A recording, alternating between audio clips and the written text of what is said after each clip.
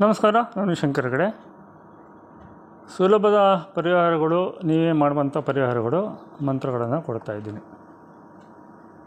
ಮೊದಲನೇದಾಗಿ ವಿದ್ಯಾಭ್ಯಾಸಕ್ಕೆ ಆಬ್ವಿಯಸ್ಲಿ ಸರಸ್ವತಿ ದೇವಿ, ವಾಗ್ದೇವಿ. ವೇದಗಳಲ್ಲೆಲ್ಲ ವಾಗ್ದೇವಿ ಅಂತಲೇ ತುಂಬ ಪ್ರಖ್ಯಾತ ಶಬ್ದ ಅದು. ಓಂ ವದ ವದ ವಾಗ್ವಾದಿನಿ ಹುಂ ಫಟ್. ಇದನ್ನು ಏನು ಮಾಡೋದು ಬೇಡ. ಇದು ನಾನು ಪ್ರಯೋಗ ಮಾಡಿರೋದು ಸಾಕಷ್ಟು ಜನರಿಗೆ ಮಾಡಿಕೊಟ್ಟಿದ್ದೀನಿ, ಒಳ್ಳೆಯದಾಗಿದೆ. ಅವರವರೇ ಹೇಳ್ಕೊಳ್ಬೇಕು.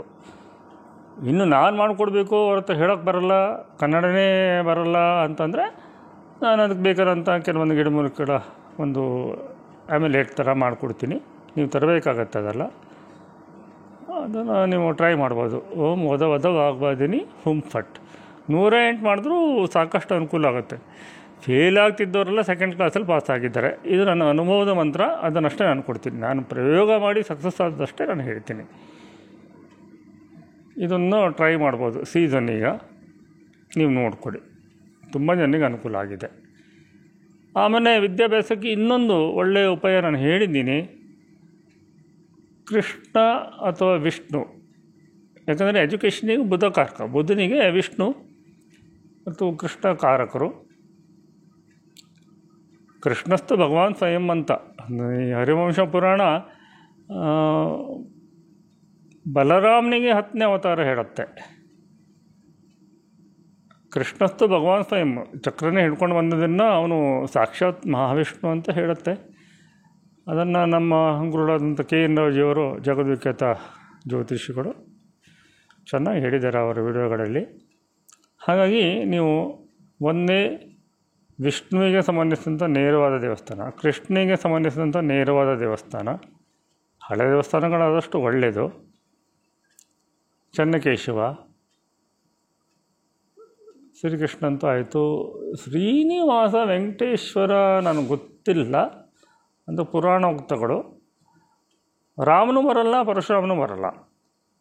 ಸೊ ನೆಟ್ಗೆ ಸತ್ಯನಾರಾಯಣ ಸ್ವಾಮಿ, ವಿಷ್ಣುವಿನ ದೇವಸ್ಥಾನ, ಶ್ರೀಕೃಷ್ಣನ ದೇವಸ್ಥಾನ, ಚೆನ್ನಕೇಶವನ ದೇವಸ್ಥಾನ, ಶ್ರೀರಂಗನ ದೇವಸ್ಥಾನ, ಇಂಥ ದೇವಸ್ಥಾನಗಳಲ್ಲಿ ನೀವು 2 ರಿಂದ 5 ಬುಧವಾರ ಪಂಚಾಮೃತ ಅಭಿಷೇಕ. ನಿಮ್ಮ ಮಗುವಿಗೆ ವಿದ್ಯಾಭ್ಯಾಸದಲ್ಲಿ ತೊಂದರೆ ಇದ್ದರೆ ಅವರ ಹೆಸರು ನಕ್ಷತ್ರ ಕೊಟ್ಟು ಅಭಿಷೇಕ ಮಾಡಿಸಿ. ಅದಕ್ಕೇನು ಜಾಸ್ತಿ ಖರ್ಚಾಗೋದಿಲ್ಲ. 100, 200, 300 ಖರ್ಚು ಬರ್ಬೋದು. ಯಾವ ದೇವಸ್ಥಾನ, ಅಲ್ಲಿ ಪುರೋಹಿತರು ಏನು ಅಂತ ಏರಿಯಾ ನೋಡಿ ಅದಷ್ಟು ಅವ್ರಿಗೆ ಕೊಟ್ಬಿಟ್ಟು ಪುರೋಹಿತರು ಏನಾದ್ರು ಒಂದು ಸ್ವಲ್ಪ ದಕ್ಷಿಣೆ ಕೊಟ್ಟು ಮಾಡಿಸಿ. ಇದರಿಂದಲೂ ತುಂಬ ಜನರಿಗೆ ಒಳ್ಳೆಯದಾಗಿದೆ. ಆಮೇಲೆ ಪ್ರಾಪರ್ಟಿ ವಿಚಾರಕ್ಕೆ ಒಂದು ಮಂತ್ರ ನಾನು ಹೇಳ್ತೇನೆ ಅಂತ ಹೇಳಿದೆ. ಬೇಗ ಪ್ರಾಪರ್ಟಿ ಸೇಲ್ ಆಗಲಿಕ್ಕೆ, ಒಳ್ಳೆಯ ದುಡ್ಡು ಬರಲಿಕ್ಕೆ. ಅದಕ್ಕೆ ಒಂದು ತೊಂದರೆ ಏನು ಅಂತಂದರೆ, ನಾನು ಕೊಟ್ಟೆ 4 ಜನರಿಗೆ, ನಾನು ಚಂದ್ರಿಕಾ ಎಲ್ಲ ಕೊಟ್ಟು ನೋಡಿದ್ವಿ. ಅವರವರೇ ಮಾಡ್ಕೊಂಡ್ರೆ ಆಗೋದಿಲ್ಲ. ನಮ್ಮ ಅನುಷ್ಠಾನ ಬಲ ಇರಲೇಬೇಕಾಗತ್ತೆ. ಸೂರ್ಯ, ಗಣಪತಿ, ಶಿವ, ವಿಷ್ಣು, ಅಂಬಿಕೆ, ದತ್ತಾತ್ರೇಯ, ಸುಬ್ರಹ್ಮಣ್ಯ, ಇಷ್ಟು ದೇವತೆಗಳನ್ನು ನಾವು ಮಿನಿಮಮ್ ಆರಾಧನೆ ಮಾಡಲೇಬೇಕಾಗತ್ತೆ. ಒಂಚೂರಾದರೂ ನಾವು ಮಾಡಿದಂಥ ಕೆಲಸಗಳು ವರ್ಕ್ ಆಗಲಿಕ್ಕೆ. ಚಂದ್ರಿಕಾ ಅನುಷ್ಠಾನ ಮಾರ್ಗದಲ್ಲಿ ಬಂದಿದ್ದಾಳೆ ಪಾಪ. ನನ್ನ ಹಳೆಯ ಸ್ಟೂಡೆಂಟ್ ಥರ ಗುರುದ್ರೋಹಿ ಅಲ್ಲ ಅವಳ ಪಾಪ, ಡೌನ್ ಟು ಅರ್ತ್. ನೀವು ಅವಳ ಸಹಾಯ ತಗೊಳ್ಬೋದು. ನೀವು ಕಲ್ಲು ತಂದು ಕೊಟ್ಟರೆ ಅವಳು ಮಂತ್ರಿಸ್ಕೊಡ್ತಾಳೆ. ಬಟ್ ನೋಡ್ಕೊಳ್ಬೇಕು, ಜಾತಕ ನೋಡಿದ್ದೇ ಏನೂ ಮಾಡೋಕ್ಕಾಗಲ್ಲ. ಮತ್ತು ಅವಳ ಕನ್ಸಲ್ಟೇಷನ್ ಫೀಸು ತುಂಬ ಕಡಿಮೆ ಪಾಪ.